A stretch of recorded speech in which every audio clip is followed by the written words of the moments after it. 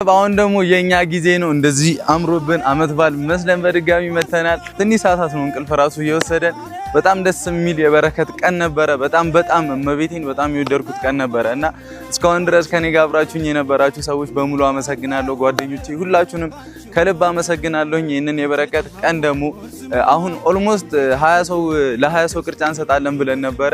ከ40 ምናምን ሰው በላይ ደርሰናል እና ቀጣይ አመት ደግሞ ለ1000 ሰው ለመስጠት የቻልነውን በሙሉ እናደርጋለን እንሞክራለን።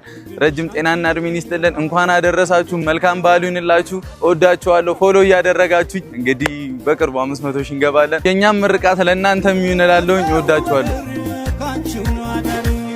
አይቴትሃው ወርዝማማ ደንገዘ ኩሉ ይወደሱኪ በዜማ የመረጡሽ ከሮማ ውድነሽ አንቺ የኛ ባህር ዳር ከተማ ውድነሽ አንቺ የኛ ባህር ዳር ከተማ